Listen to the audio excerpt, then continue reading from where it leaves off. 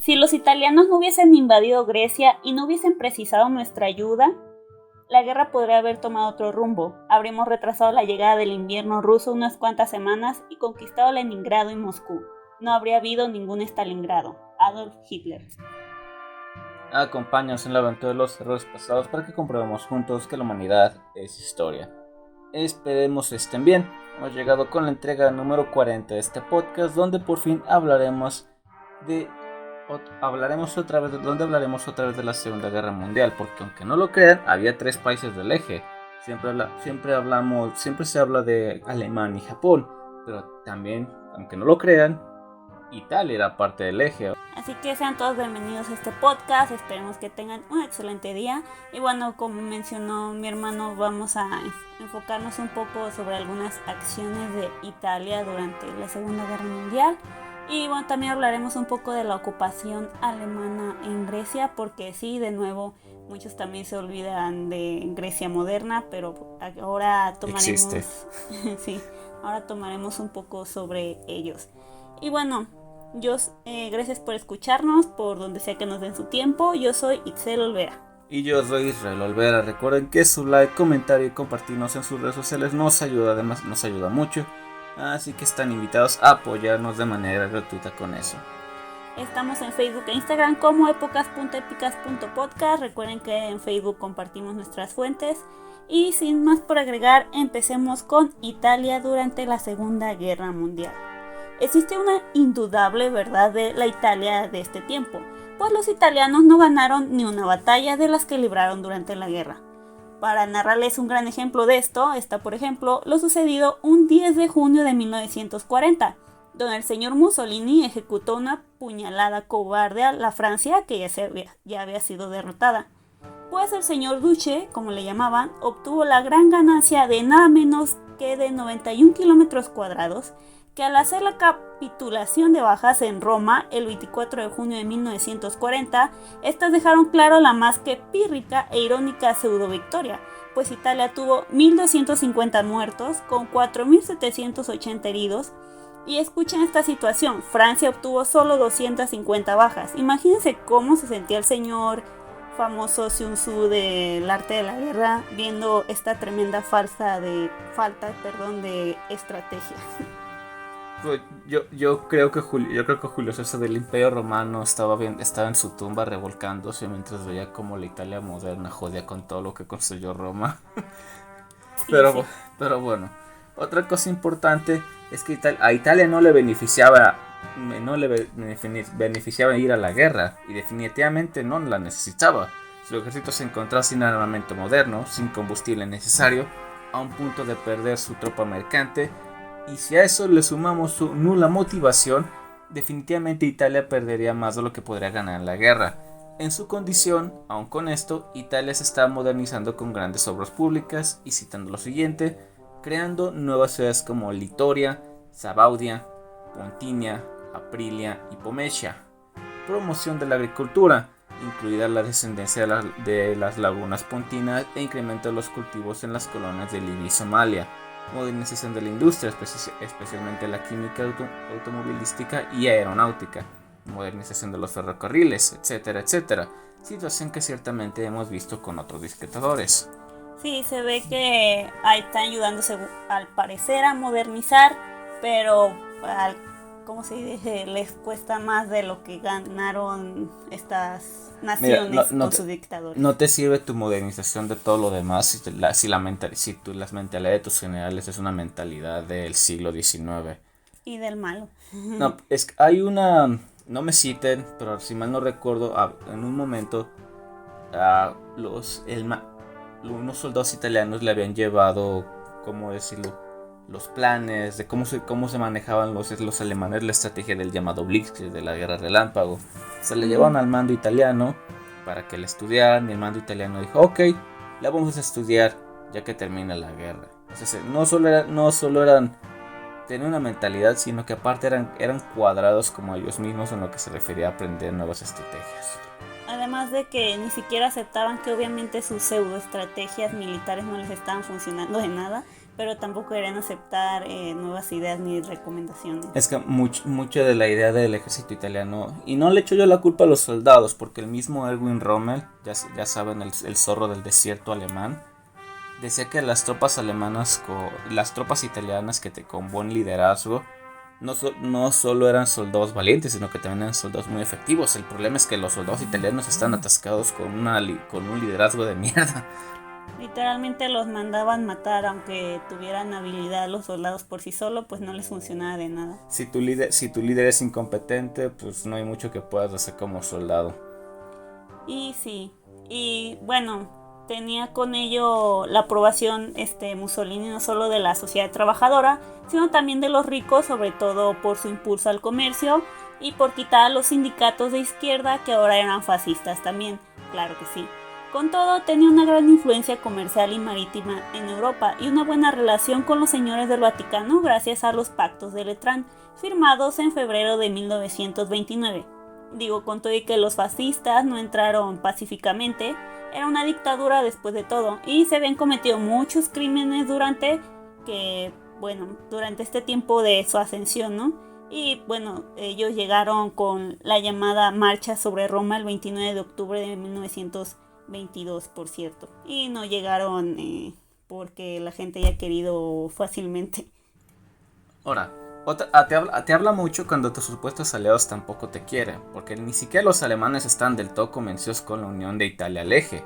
El propio alto mando alemán, de hecho, era sobre todo un aliado muy incómodo. De hecho, piensan algunos que puede haber sido más útil fuera de la guerra estando como mediador, ya que necesitaba todo tipo de suministros, desde armamento y petróleo, hasta productos agrícolas. Los mismos alemanes lo dijeron, ni siquiera ellos querían que los italianos entraran a la guerra. No estaban convencidos de que entrara Mussolini a su lado.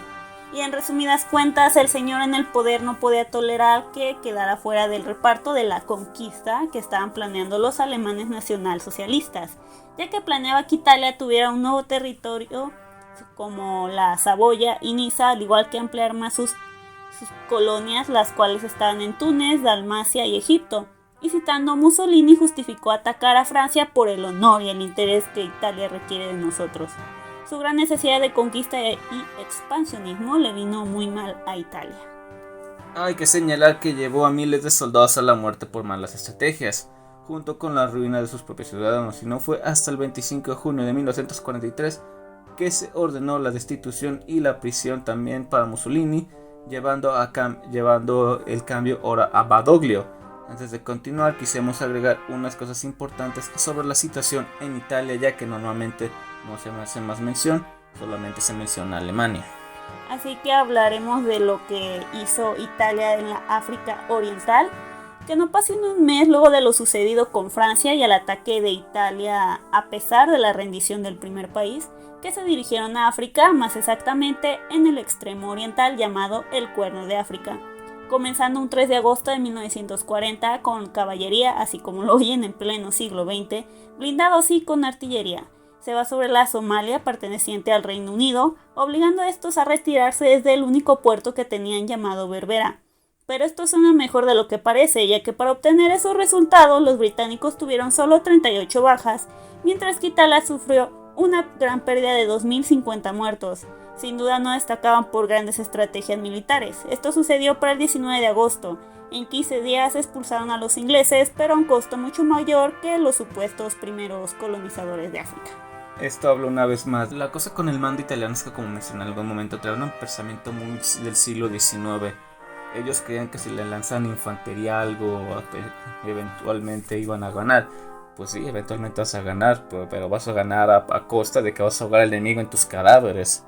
Sí, ellos pensaban, desde la básica de la estrategia que se enseña como es en el ajedrez.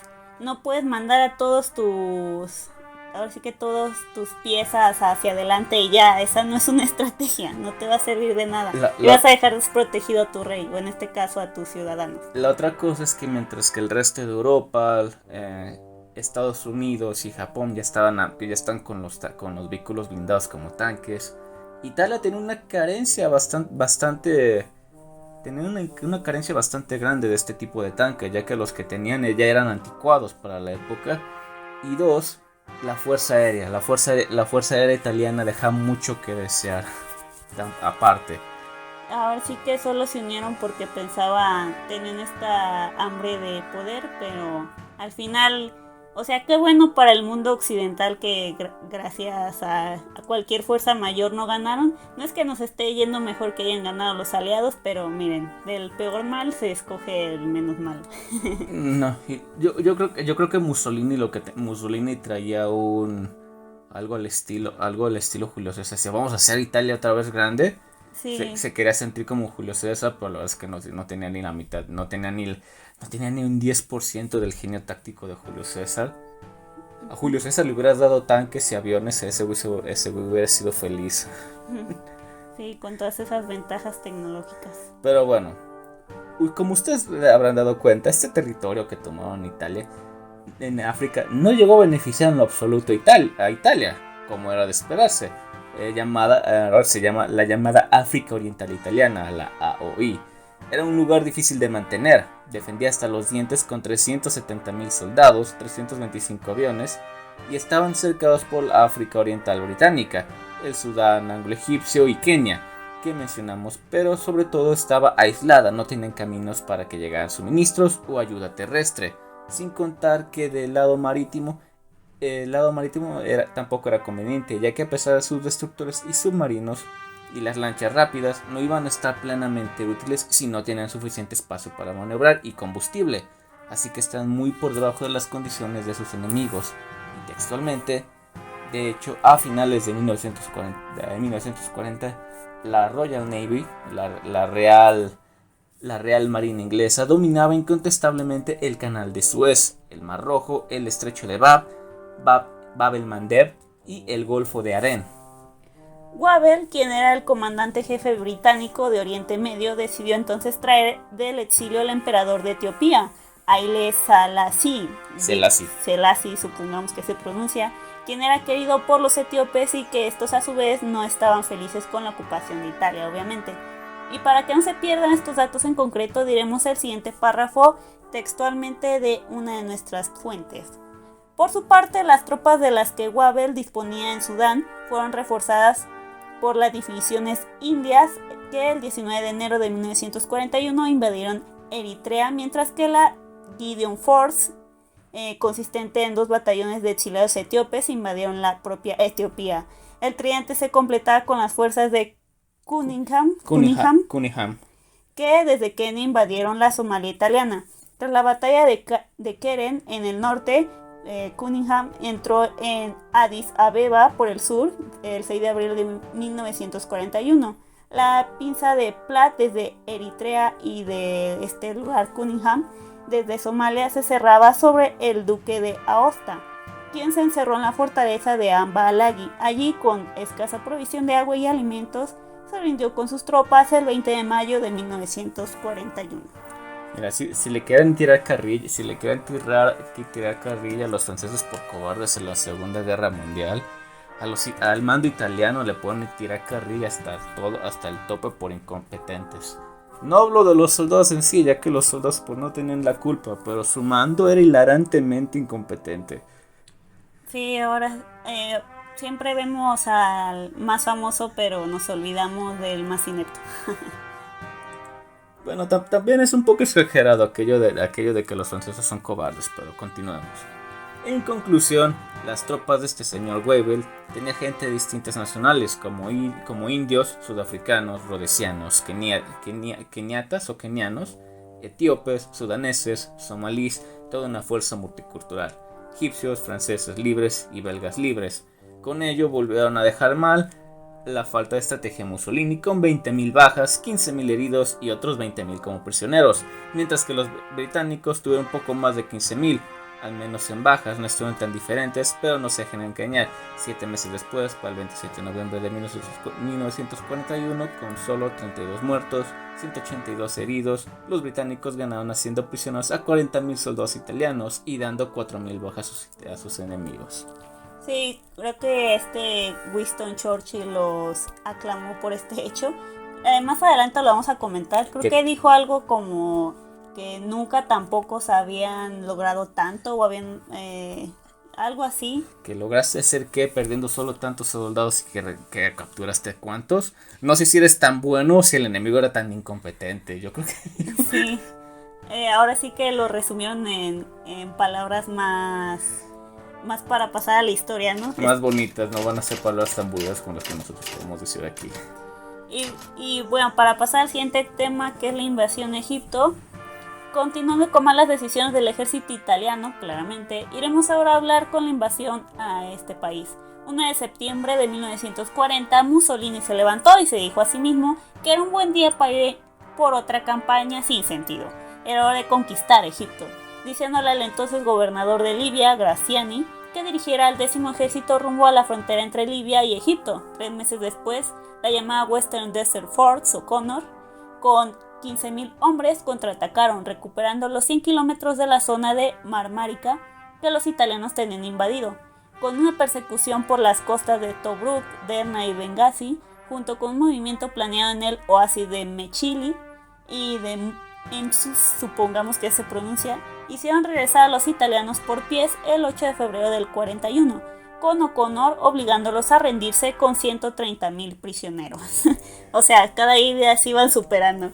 Había más italianos de prisioneros que de soldados. Oye, pero pues, el ejército italiano era bastante grande, porque ahorita estamos hablando de que nomás del 40 al 41 ya los ingleses se habían aprisionado algo así como 170.000 soldados italianos. Sí, y de hecho, a continuación vamos a decir lo de las palabras de Churchill ante este hecho tan peculiar. Y citando textualmente, Winston Churchill dijo: Churchill había elogiado a los aviadores británicos que habían derrotado a la Luftwaffe, la fuerza aérea alemana, en la batalla de Inglaterra y frustró la invasión alemana de las islas, con la célebre frase: nunca tantos debieron tanto a tan pocos. Después de la rendición italiana en Bedafont, Halifax le parafraseó: nunca tan pocos hicieron prisioneros a tantos, hasta burlándose los pinches ingleses. Esto fue posible definitivamente a que era la Italia fascista, que esperaba nada contra los italianos modernos, por cierto, pero la Italia de la época era un desastre. Italia perdió la Cirenaica y no faltaba mucho para que se quedara sin ninguno de sus territorios en África. Aquí es donde Weibo casi se une a O'Connor, pero Churchill le pidió al primero que detuviese a O'Connor y que enviaran parte de sus tropas a Grecia, que en ese momento estaban siendo invadida por los italianos, y que vendría Alemania después. Weibo no estaba convencido de este movimiento, ya que quería sacar a los fascistas de África, pero igual siguió la orden, enviando varias divisiones, entre ellas una de neozelandeses y australianos. Era un total de 60.000 soldados los que se embarcaron rumbo a Grecia. La cuestión aquí es que su maniobra no resultó de manera positiva, porque Weibo tenía razón. No podían detener a los alemanes y ni lograron sacar a Italia de África. El 14 de febrero del 41 desembarcaron en Trípoli y los soldados alemanes para socorrer a los italianos. Ahora, ellos habían llegado. Ahora los británicos sabían que sería diferente contra la llamada ¿cómo se pronuncia? Wehrmacht. ¿Ves que a diferencia? La fuerza alemana. La Wehrmacht era como el ejército regular, por así decirlo. Ya que mientras estaba la SS, que era como las fuerzas de élite, la Wehrmacht se le consideraba el ejército regular.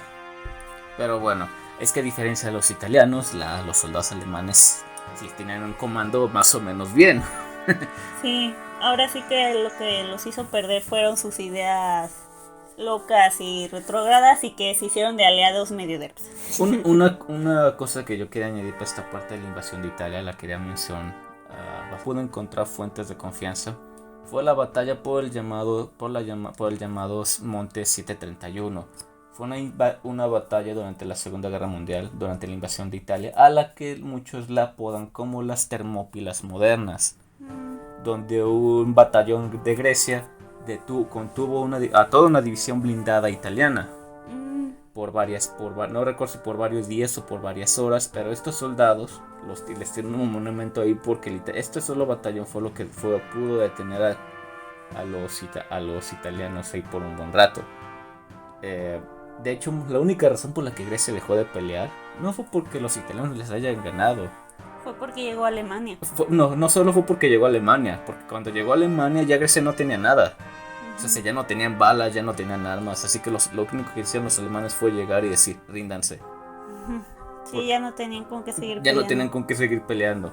Pero bueno, esta batalla fue muy significativa, ya que en las palabras de mismo Hitler, las que mencionamos al principio del episodio, y quedaron grabadas para la posteridad de la mano de Leni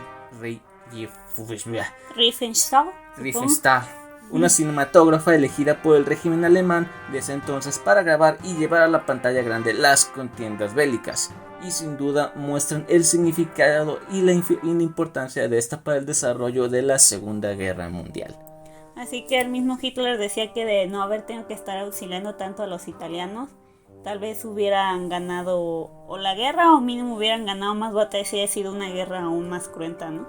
Así es como el señor Benito Mussolini fue sin una estrategia, pensando, sin consultar con Alemania una estrategia, pues fue cuando fue de nuevo por su cuenta para invadir ahora Grecia, porque claramente no había aprendido de sus errores pasados y seguía muy confiado en su capacidad militar, porque el duque trataba de mostrar su poder, según él, para conseguir el control del Mediterráneo oriental, porque no podía quedarse atrás luego de que Alemania asegurara el control de los Balcanes y con ello los pozos de petróleo rumanos, ya que como mencionamos Mussolini ansiaba copiar a los romanos. Con ello empezaba su guerra paralela para obtener su propio imperio. Pero no pudiste controlar ni África Oriental ni nada.